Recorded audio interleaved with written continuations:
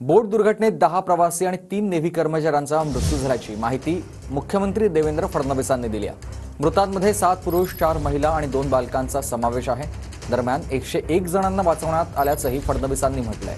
मृतांच्या नातेवाईकांना केंद्र आणि राज्य सरकारकडून एकूण 7 लाख रुपयांची मदतीची घोषणा करण्यात आली आहे। दरम्यान अपघात झालेल्या परिसरात आजही शोध मोहीम सुरू असल्याची माहिती भारतीय नौदलाकडून देण्यात आली आहे। 101 प्रवाशांना आतापर्यंत वाचवण्यात आलंय, तर 13 जणांचा दुर्दैवी मृत्यू झाला असून 13 जणांमध्ये 3 नौदलाचे कर्मचारी आणि 10 नागरिक आहेत। 2 जखमींना नौदल रुग्णालयात दाखल करण्यात आलंय।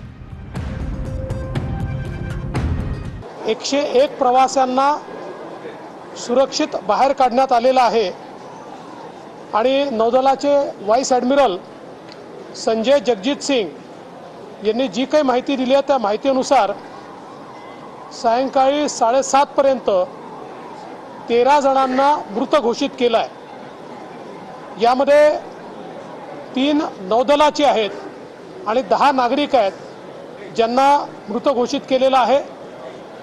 2 गंभीर जखमींना नौदल रुग्णालयामध्ये दाखल करण्यात आलेलं आहे।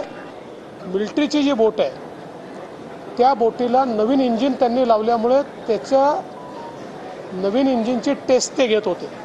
त्याचा व्हिडिओ देखील आता उपलब्ध आहे, आपण बघितला असेल तर ते 8 आकार जो काढतात ते टेस्टिंग त्याचं चाललं होतं आणि त्या टेस्टिंगच्या वेळी त्यांचं प्राथमिक मत असं आहे की इंजिनचा काही थ्रॉटलचा प्रॉब्लेम झाला आणि त्याच्यामुळे त्यांचा ताबा गेला आणि थेट या नेव्हीच्या बोटीने या नीलकमल बोटीवर जाऊन त्या ठिकाणी ती